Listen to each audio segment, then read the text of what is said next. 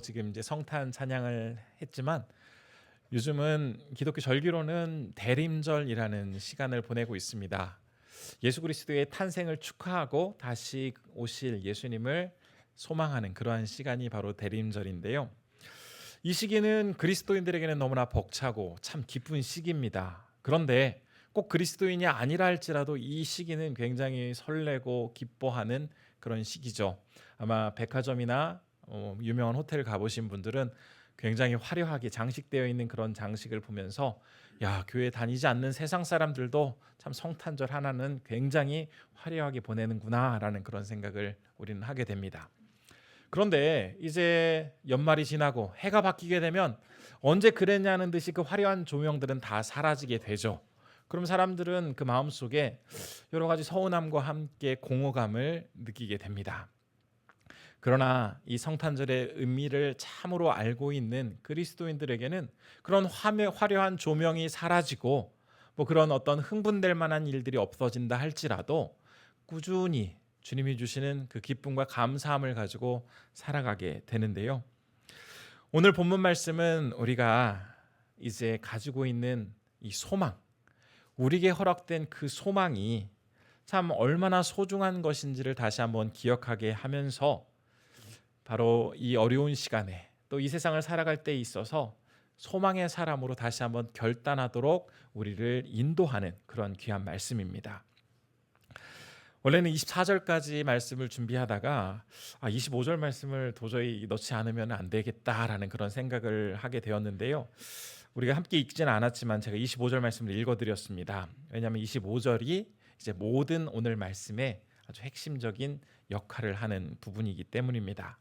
25절 말씀을 보면 모이기를 패하는 어떤 사람들의 습관과 같이 하지 말고 오직 권하여 그날이 가까움을 볼수록 더욱 그리하자라고 증거하고 있죠.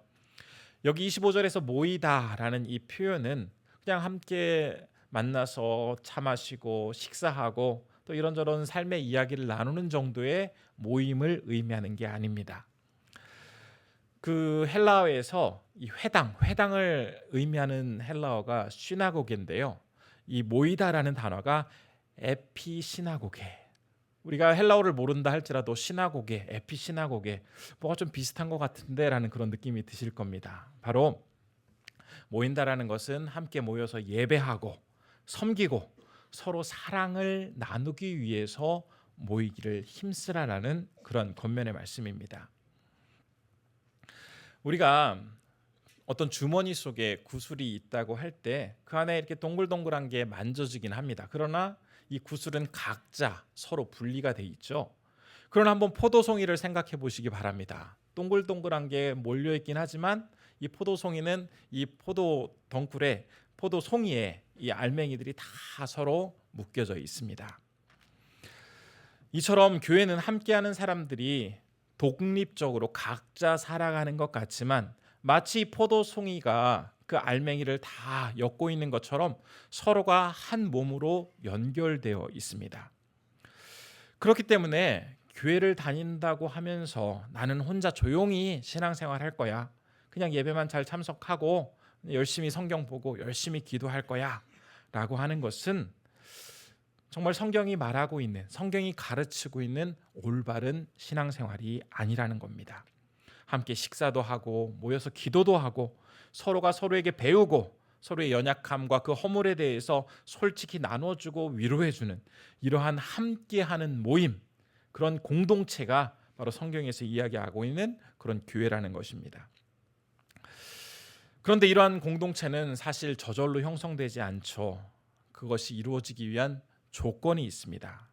그 조건은 바로 24절에서 서로를 돌아보면서 각 사람이 보여주는 그 사랑과 착한 행동을 격려하며 권면함으로써 이러한 공동체를 이룰 수 있다라고 히브리서 기자는 전하고 있습니다. 상대방을 가르쳐주기도 하고 때로는 그 사람으로부터 무언가를 배우고 또 어떤 잘못에 대해서 그것에 대해서 고백할 수 있는 그런 분위기가 형성되어지고 또 어떤 사람이 어떤 무거운 짐과 허물을 끙끙거리면서 아파하고 또 힘들어하고 있으면 그것을 나눠주면서 함께 울기도 하고 함께 웃기도 하는 그런 공동체로 나아가야 한다는 것입니다. 이런 성경이 말하는 믿음의 공동체의 모습을 한번 우리 한가람교회에 대입해 보면 어떨까요? 어떤 경우에는 참 우리 교회만 가지고 있는 그런 독특하고도 큰 강점이 있는 반면에 성경에서는 이렇게 하고 있는데 아직 우리는 이런 부분들이 좀 부족하구나라고 느껴지는 그러한 영역도 분명히 존재할 것입니다. 그렇다면 24절에서 서로 권면하고 격려하고 이렇게 아름다운 공동체로 나아가기 위해서는 무엇이 필요할까요? 바로 건강한 공동체로 나아가기 위한 그 조건을 우리가 함께 읽었던 19절에서 22절 말씀이 증거하고 있습니다. 그 중에서 제가 한번 19절과 22절의 말씀을 다시 한번 읽어보겠습니다. 19절과 22절의 말씀 성경을 통해서 한번 확인해 보시기 바랍니다. 그러므로 형제들아 우리가 예수의 피를 힘입어 성수에 들어갈 담력을 얻었나니. 그리고 22절입니다. 우리가 마음의 뿌림을 받아 악한 양심으로부터 벗어나고 몸은 맑은 물로 씻음을 받았으니 참 마음과 온전한 믿음으로 하나님께 나아가자. 19절은 예수님의 피를 힘입어서 성수로 나아갈 힘을 얻었다라고 밝히고 있고요. 22절은 사실 여기 예수의 피라는 것이 생략되어 있긴 하지만 마음에 예수의 피를 뿌림으로써 악한 양심에서 벗어나고 궁극적으로 하나님께 나아갈 수 있다라고 전하고 있는 것입니다. 지금 19절과 22절에서 우리가 하나님 앞에 나아가는 데 있어서는 이 피가 굉장히 중요하다라고 이야기를 하고 있습니다. 피만 있으면 하나님 앞에 나아갈 수 있다라고 이야기하는 것이 바로 지금 히브리서 10장 19절과 22절의 말씀인데요. 왜 그가 이 이야기를 하고 있을까요? 그 이유인즉슨 이전에는 그렇게 나아갈 수 없었다라는 사실을 밝히기 위해서입니다. 우리가 알듯이 구약시대에는 성막이나 성전이 존재하고 있었습니다. 그 중심에는 성소가 있었는데 특별히 성소 가운데에도 지성소라는 곳은 대제사장이라 할지라도 1년에 딱 한 차례만 들어갈 수 있었습니다. 아무나 들어갈 수 있는 그런 공간이 아니라 마치 특별한 초대장이 있어야만 들어갈 수 있는 그런 VIP 룸과 같은 곳이 이 지성소였습니다.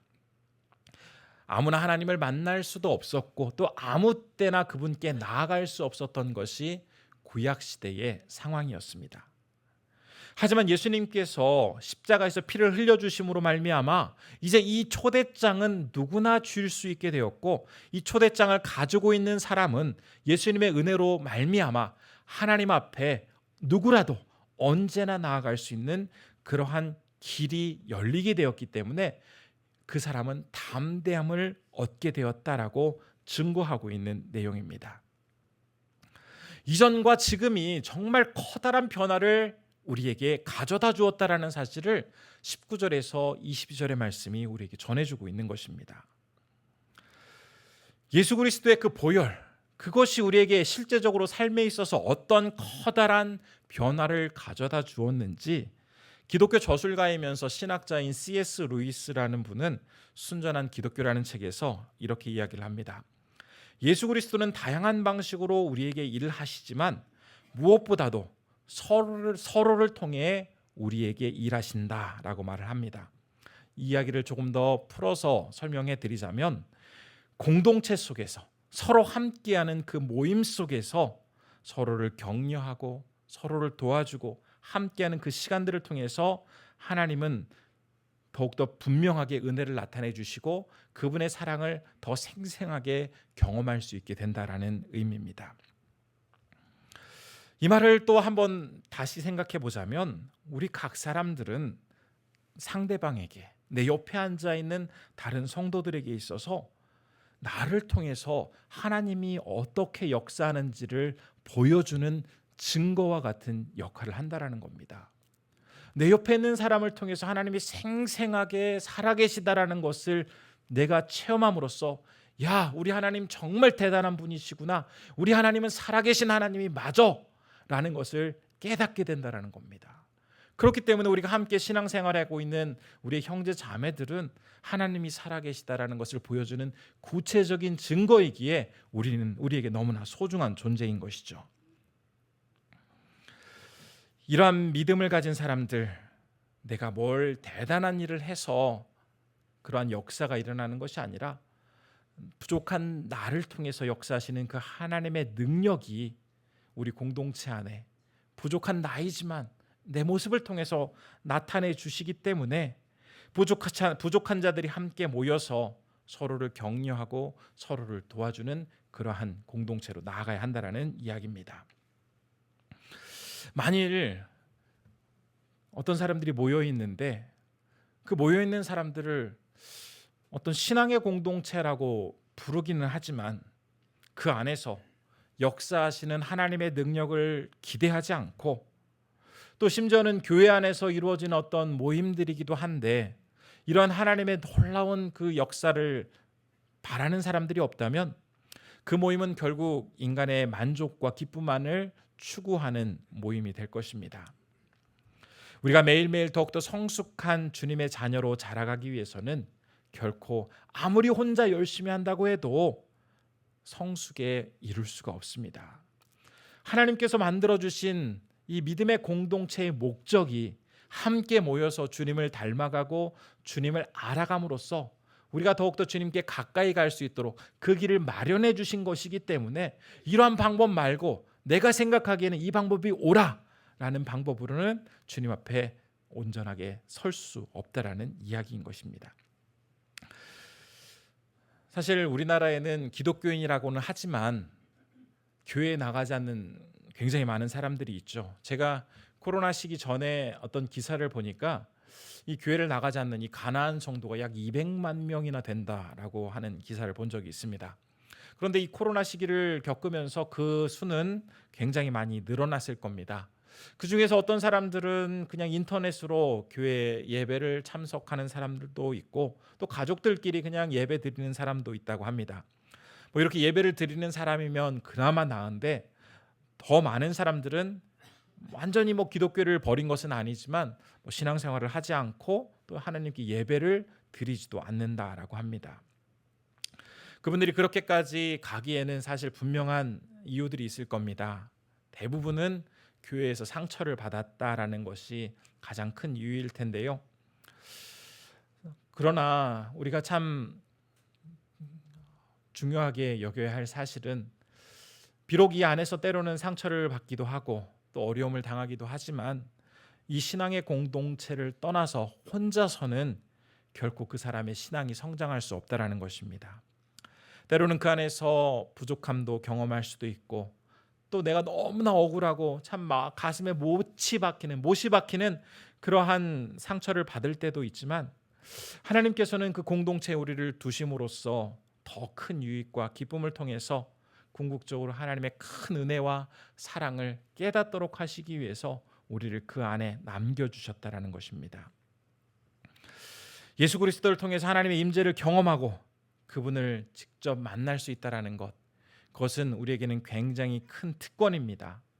이 특권은 우리가 무엇인가를 해서 주어진 것이 아니라 오늘 본문 말씀 속에서 예수 그리스도의 피로 말미암아 하나님 앞에 나아가서 그분의 임재를 경험할 수 있도록 해주셨고 그러한 사람들이 모여있는 이 공동체 속에서 다시 한번 하나님의 그 사랑을 분명하게 깨닫게 되어질 때 그 모임은 그 교회는 더욱더 굳건하게 세워질 수 있다라고 이야기하고 있는 것이 바로 오늘 본문의 핵심 내용인 것이죠. 특별히 오늘 말씀 속에서 24절에서 서로를 배려하고 격려하는 마음을 가지라라는 그러한 이야기가 있습니다. 배려하고 격려함으로써 그 공동체가 더 강하고 아름답게 설 수 있다라는 그런 히브리서의 기자의 내용인데요. 그래서 이 시간에는 한번 이 배려와 격려, 우리는 얼마나 다른 사람들을 배려하고 있고 또 다른 사람들을 격려하는지를 이 말씀을 통해서 좀 더 깊이 있게 살펴보았으면 좋겠습니다. 이제 저는 목회자로서 성도님들과 여러 이야기를 나누게 됩니다. 어떤 경우에는 뭐 몇십 분을 넘어서 1시간, 2시간까지도 이야기를 나눠야 될 때가 있습니다.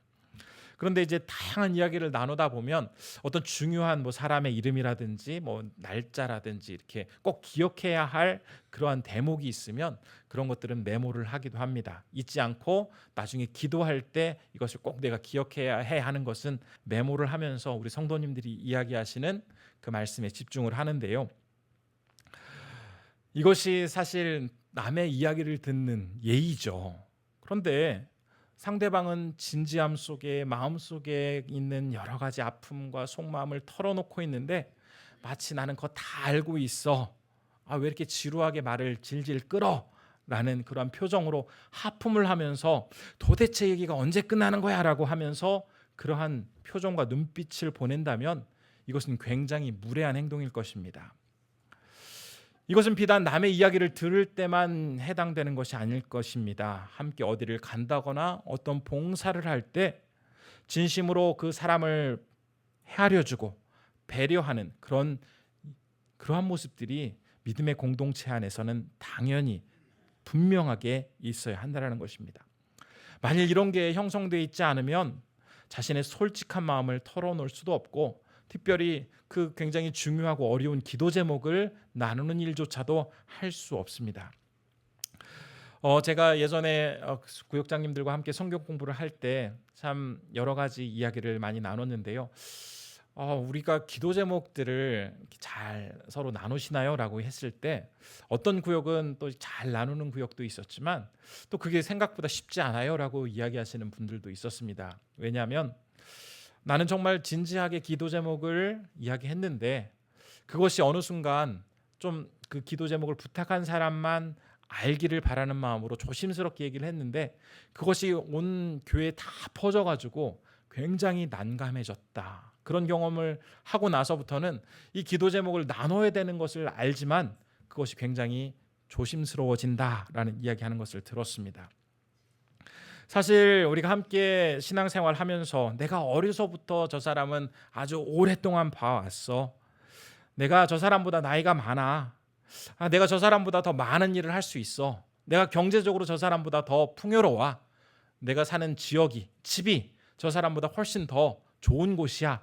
라는 이런 여러 가지 기준으로 인해서 상대방을 함부로 대하거나 그러한 무례하게 그 사람을 대하는 모습들이 혹시 나에게는 나타나고 있지 않은지를 한번 돌아봐야 할 것입니다. 이런 마음을 우리가 느끼게 될 때 우리 눈에 들어오는 것들이 있습니다. 사실 열심히 신앙생활 하시는 분들은 교회 와서 할 것도 많죠. 봉사에 치여서 정말 과로사하겠다라는 그런 말을 할 정도로 바쁘게 봉사하십니다. 그러나 이렇게 배려하는 마음으로 한번 주변을 돌아보시면 그 전에 보이지 않던 것들이 보일 겁니다. 식당에서, 앞에 카페에서, 예배당에서 홀로 외롭게 교회를 오고 가는 그런 성도님들이 계시다라는 사실을 어느 순간 보게 되실 겁니다. 전에는 내 일이 바빠서 내가 하는 일을 열심히 내다보니 그런 사람들이 눈에 보이지 않았는데 다른 사람들을 좀 더 살펴봐야 되겠다, 배려해야겠다라는 그런 마음을 가지고 돌아보시면 그런 사람들이 실제 존재하고 계십니다. 만일 아까 제가 말씀을 드리면서 우리 한가람 공동체는 오늘 본문이 이야기하는 아름다운 믿음의 공동체의 모습 속에서 참 많은 부분들을 우리가 이미 실천했고 그 모습을 유지하고 있지만 아직 부족한 부분들이 분명히 있을 것이다라고 말씀을 드렸는데요. 혹시 우리가 다른 사람들을 배려하는 그러한 모습들이 우리 공동체 안에 부족한 것은 아닌지 다시 한번 생각해 보았으면 좋겠습니다. 두 번째로 오늘 본문 말씀 속에서는 24절에서 서로를 격려하라라는 말이 있죠. 이 격려하다라는 것은 파라칼로입니다. 이 파라라는 것은 함께라는 뜻이고 칼로는 부른다라는 것입니다. 이 역시 다른 사람 입장에서 공감하고 동정하고 그 사람을 위하고 있음을 분명하게 나타나는 것, 이것이 격려라는 것입니다. 대부분 많은 교회의 모습들을 살펴보다 보면 크게 이 두 가지 모습을 보게 됩니다. 하나는 뭔가 규칙, 규정, 율법 이런 것들을 강조하면서 그 틀에 많은 것들을 맞추려고 하죠. 이렇게 막 뭔가를 강요하고 제시하고 맞춰가려고 하다 보면은 어떤 현상이 나타나냐면 사람을 세워주고 격려하고 하는 그런 분위기보다는 잘잘못을 따져가면서 꾸중하고 잘못한 것에 대해서 비난하고 그리고 책망하는 일들이 벌어지게 됩니다. 이런 모습과는 또 다른 모습들이 있습니다. 그냥 하고 싶은 대로 그냥 방치하는 그런 형태도 존재하는데요. 특별히 요즘에는 개인의 권리가 굉장히 중요한 시대를 살아가고 있습니다. 자칫 교회라 할지라도 이 말을 하나를 잘못하고 또 이 내가 괜한 말 해가지고 일이 더 복잡해질까봐 아무런 이야기도 하지 않고 그냥 내버려 두는 그러한 모습들도 존재하고 있습니다. 앞에서 이야기했던 얽어매려고 하는 그런 모습이나 무조건 그냥 하도록 하는 이런 방임적인 모습, 둘 다 옳은 모습이 아닙니다. 사랑과 선행으로 서로를 격려하는 공동체, 그런 공동체는 이렇게 해라 라고 강제적으로 끌고 가는 공동체도 아니고 또 아무렇게나 하도록 그냥 내버려 두는 모임도 아닙니다. 분명히 무엇인가를 실천하다 보면 지치기도 하고 상처를 받기도 하고 낙심할 수도 있는데, 그러면 다시 한번 일어날 수 있도록 권면해주고 또 다시 한번 도전할 수 있도록 기회를 주고 또 잘하고 있으면 정말 잘한다라고 박수도 쳐주고 혹시 지쳐 있으면 다시 한번 용기 낼 수 있도록 함께 힘을 북돋아주는 그런 역할을 하는 것이 바로 이 서로를 격려하는 공동체의 모습입니다. 이런 격려는 단지 내 마음에 맞는 사람들에게만 하는 것이 아니라 내 마음에 맞지 않는 사람들에게까지도 해야 합니다. 우리는 하는 말 중에서 이거는 딱 내 스타일이야, 저 사람은 딱 내 스타일이야, 반대로 저 사람은 내 스타일이 아니야 라는 말을 하죠. 나와 잘 통하고 내 생각과 맞고 내가 뭔가를 배울 수 있다라고 생각을 하면 내 스타일이라고 딱 규정을 하지만, 나와 맞지 않고 나와 좀 갈등을 일으킬 것 같고 별로 배울 것 없다라고 생각을 하면 내 스타일이 아니라고 합니다. 그런데 어느새 우리 교회 안에도 내 스타일과 내 스타일이 아닌 것이 너무나 확연하게 나뉘어졌습니다. 내 스타일인 사람하고는 말하고 친하게 지내고 그 사람에게는 굉장히 가깝게 지내지만 내 스타일이 아닌 사람과는 눈빛도 주지 않고 말도 하지 않으려고 합니다. 비록 세상 사람들은 자기 기준에 따라서 내 스타일과 아닌 사람을 구분하고 자기의 이익을 쫓아 살아갈지 모르겠지만, 믿음의 공동체 안에 들어있는 우리조차도 사람을 나누고 내 뜻에 맞는 사람, 내가 편하게 할 수 있는 사람들에게만 접근해서야 되겠습니까? 오늘 본문 말씀 속에서 서로를 배려하고 격려하는 이러한 모습들이 있을 때, 아까 초반에 말씀드렸던 것처럼 진심으로 예배의 공동체, 서로를 섬겨주는 사랑의 공동체로 나아갈 수 있다라고 지금 히브리서 기자는 전해주고 있습니다. 이런 아름다운 모습은 어느 한순간 이루어질 수 있는 것이 아닙니다. 그리고 더 중요한 것이 있는데요, 사람들이 그렇게 되고자 노력한다고 해서 이루어질 수 있는 것도 아닙니다.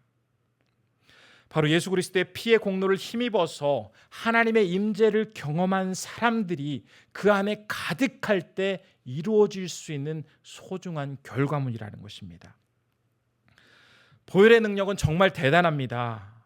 우리에게 큰 확신을 가져다 주는데요, 그 확신이 우리 마음속에 생기다 보니 전에는 내가 감히 다가갈 수 없는 사람에게도 다가갈 수 있는 용기가 생기고, 전에는 큰 싸움과 여러 가지 어려움으로 인해서 더 이상 저 사람과는 나는 함께할 수 없어라는 그런 생각이 들었다가도 이 보혈의 능력을 경험하고 나면 그 사람과 서로 화합할 수 있는 그러한 결과로 이어질 수 있기 때문입니다. 이 보혈의 능력이 우리에게 가져다주는 그 담대함, 그 강함, 용기, 이것은 정말 대단한 것인데요, 아마 우리가 시험을 볼 때 필기시험이나 실기시험을 보고 또 다른 하나의 시험이 더 있죠. 바로 면접시험입니다. 실기나 필기시험은 자기의 그 실력을 유감없이 발휘하면 되죠. 그러나 이 면접시험이라는 것은 자기의 실력만으로 잘 치룰 수 있는 게 아닙니다. 너무나 긴장한 나머지 알고 있는 게 굉장히 많이 있었는데도 불구하고 이 면접관 앞에서 한마디도 못하고 참 너무나 자기가 생각하기에도 참 창피할 만큼 그 시험을 망친 경우도 많이 있을 겁니다. 어떤 분들은 필기 시험은 제깍제깍 합격을 하는데 계속 이 면접 시험에서 미끄러지는 그러한 경우도 있습니다. 그러나 한 7살에서 8살 정도 된 그 어린아이, 그 어린아이에게서는 어떤 모습을 발견할 수 있습니까? 뭐 긴장을 한다거나 뭐 덜덜덜덜 떤다거나 아니면은 뭐 창피함을 느끼거나 그런 것이 전혀 없죠. 내가 지금 만나고 있는 사람이 누군지, 내가 있는 자리가 누군지 전혀 개의치 않고 아주 쫑알쫑알쫑알하면서 이 말 저 말을 아주 용기 있게 해내는 그 자신감 넘치는 모습. 바로 히브리서 기자는 예수 그리스도의 그 보혈의 능력을 분명하게 경험하게 될 때 우리에게는 이런 확신과 담대함이 생기게 된다는 것입니다. 그러나 많은 사람들은 이 보혈의 능력을 온전히 체험하지 못합니다. 그러다 보니 살다 보면 계속 두려워지고 다른 것들을 의식하게 되고 또 많은 것들을 우리가 온전히 이루어가지 못하게 되는 것이죠. 아까 언급했던 그 C.S. 루이스라는 분이 다른 책 영광의 무게라는 그런 책을 또 썼는데요. 거기에 안에는 이너링이라는 표현이 있습니다. 우리말로는 내부 패거리라는 조금 생소한 그러한 단어인데요. 사람의 그 삶에 있어서 그 독특한 특징이 있는데 그 독특한 특징은 바로 내부에 있는 그 링, 우리 권투 선수들이 싸우는 그 링 위에 올라가려고 하는 그러한 욕구가 있다라는 것입니다. 어려서부터 나이가 많이 들 때까지 사람들은 이 욕구를 떨쳐버릴 수 없고 또 내가 인정받지 못하면 어떻게 하지라는 그런 두려움을 가지고 살아간다라고 이야기를 하는데요. 그래서 어떤 사람은 장학금을 받을 만큼 굉장히 성적이 뛰어나고 우수한 학생임에도 불구하고 그 학생이 그렇게 열심히 하는 것은 장학금을 받는 그 장학금의 액수가 중요한 것이 아니라 내가 열심히 해서 그 엘리트라는 그 링 위에서 사람들로부터 환호받고 또 사람들이 잘했다고 박수 쳐주는 그 모습을 기대하면서 장학금을 받고 있는 그런 학생들이 바로 이러한 경우에 해당한다라고 합니다. 남들로부터 존경받는 그 울타리 안에 자기가 들지 못하면 굉장히 불안해하고 마치 그 울타리 안에 들지 못한 자신의 모습이 너무나 비참한 존재로 여기며 살아가는 것. 그것이 바로 인간의 마음속에 있는 한 측면이라는 것입니다. 그렇기 때문에 길을 쓰고 그 링 안에 오르려고 사람들은 참 노력을 한다라는 것인데요. 무엇인가 인정받고자 하는 욕구, 불안함을 떨쳐버리려고 하는 욕구, 그것은 사람들에게, 일반적인 세상 사람들에게 나타나는 그러한 특징입니다. 그러나 예수 그리스도의 그 보혈의 능력을 경험함으로써 담대함을 얻은 사람들은 아주 중요한 사실을 깨닫기 때문에 세상 사람들이 중요하게 여기는 그 요소를 그렇게 대단한 것으로 여기지 않습니다. 그 중요한 것이 무엇입니까? 내가 구원받게 되었다는 것은 내가 길을 쓰고 무엇을 해서 얻게 된 구원이 아니라 내가 한 것은 없고 정말 무기력하고 연약하지만 나에게 은혜를 베풀어 주신 그분의 능력으로 말미암아 내가 하나님의 자녀가 되었고 주님을 만날 수 있게 되었고 영원한 생명을 얻게 되었다라는 이 중요한 인생의 진리를 깨닫게 되면서 무엇인가를 이루어보려고 그렇게 아등바등하면서 링 위에 올라가려고 하는 모습을 포기하게 되고 또 인정받지 못하는 그 불안함, 내가 이렇게 하다 도태되면 어떻게 하지라는 그런 불안함조차도 나를 이렇게 인도해 주시는 하나님의 능력을 분명하게 체험하면서 편안하게 손을 놓을 수 있게 된다는 것입니다. 사실 우리가 이전에 생활했을 때의 모습은 어떻습니까? 참 어떻게 하면 조금이라도 더 이익을 볼까? 어떻게 하면 조금이라도 내가 더 높은 위치에 올라갈까라고 하면서 거짓말도 하고 또 더 많이 가지려고 굉장한 노력을 기울였던 것이 우리의 모습 아닙니까? 그렇게 해서 순간적으로는 더 많은 이익을 얻었을 수도 있습니다. 더 높아졌을 수도 있죠. 그렇지만 그 이후에 따라오는 그때의 감정들은 공허함과 외로움 그리고 허무함 뿐이었을 것입니다. 죄 아래 있을 때 우리는 굉장히 외로웠고 고통스러웠죠. 그러나 예수 그리스도께서 십자가에 달리심으로 우리를 자녀 삼아 주시고 이제 하나님을 나의 하나님으로 부르고 그분의 임재를 경험할 수 있는 그 길을 열어 주심으로 말미암아 하나님의 자녀가 된 이후에는 우리는 참으로 큰 변화를 겪게 되었습니다. 사실 이런 놀라운 변화를 얻기까지 예수님께서 어떤 일들을 겪으셔야 했습니까? 하나님 나의 하나님 어찌하여 나를 버리셨나이까라는 이런 고백을 하기까지 우리 주님께서는 친구와 제자들 그리고 주님을 따르는 많은 사람들로부터 버림당하셔야 했습니다. 우리가 당해야 할 그 외로움과 고통, 그 모진 고난을 다 당해내신 그 주님의 희생이 있었기 때문에 우리는 그 희생으로 말미암아 이러한 변화를 경험할 수 있게 된 것이죠. 주님께서 그 길을 가셨기 때문에 예수님께서 그 사랑하는 가족들과의 이별을, 또 믿음의 공동체와의 이별을, 또 사회 속에서의 이별을, 심지어는 지금까지 단 한 차례도 분리된 적이 없었던 그 하나님과의 이별을 선택해 주셨기에 우리가 이렇게 놀라운 변화를 유지할 수 있게 된 것입니다. 이런 놀라운 은혜를 베풀어 주신 주님께서는 그 사랑 안에 한번 들어온 사람은 결코 포기하지 않으십니다. 그대로 내버려 두지도 않으십니다. 당신의 모든 것을 걸고 우리를 취하셨고 우리를 안으셨기에 우리는 그 어떤 것보다도 소중한 존재이기에 하나님은 결코 우리를 포기하지 않는다라는 것입니다. 우리가 이렇게 우연히 별로 노력하지도 않은 것 같은데 뭐 큰 힘을 쓰지 않은 것 같은데 이 한가람 공동체라는 그러한 모임 안에 혹시 들어 계시다라고 생각하시는 성도님이 계십니까? 우리가 이 자리에 이렇게 함께 예배하고 함께 모일 수 있었던 것은 내가 뭘 해서 이곳에 온 것이 아니라 내가 두 발로 걸어 들어왔기 때문에 한가람의 공동체가 된 것이 아니라 이렇게 예수님의 놀라운 희생과 사랑의 결과물로 나에게 하나님 앞에 나아갈 수 있는 길이 열렸고 그로 인하여 내 생활이 변화되었기 때문에 나에게 주시는 놀라운 은혜의 결과라는 것을 우리는 결코 잊어서는 안 될 것입니다. 우리는 이 시간을 주님에 대한 소망을 가지고 지내는 시간이라고 말씀을 드렸습니다. 그 소망은 어떤 것입니까? 하나님께서 나에게 베풀어 주신 이 놀라운 은혜를 매 순간 경험하며 지금은 이것이 좀 희미할 때도 있고 때로는 확실하게 내 마음에 느껴지지 않을 때도 있고 과연 하나님께서 나에게 이런 많은 은혜를 베풀어 주셨다고 하는데 이게 하나님의 은혜가 맞는지 참 긴가민가 할 때도 있지만 이 소망이라는 것은 어떤 소망이냐면 바로 우리가 주님을 만나는 그때에는 지금 알 수 없는 그 많은 것들, 모호한 많은 것들, 불확실한 그 많은 것들이 너무나 확실하게 나에게 다가와서 하나님에 대한 그 사랑은 정말 대단한 것이구나. 내가 믿고 알았던 그것이 너무나 선명하게 경험되어지는 그때를 바라보는 것이 바로 소망의 사람들의 모습이라는 것입니다.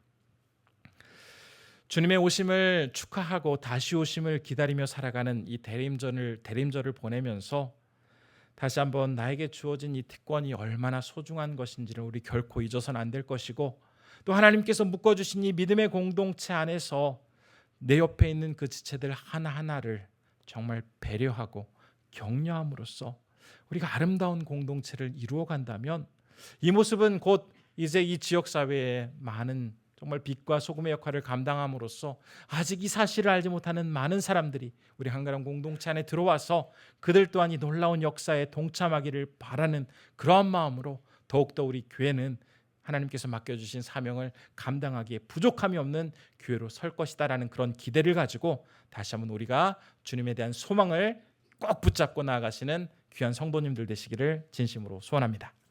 기도하겠습니다.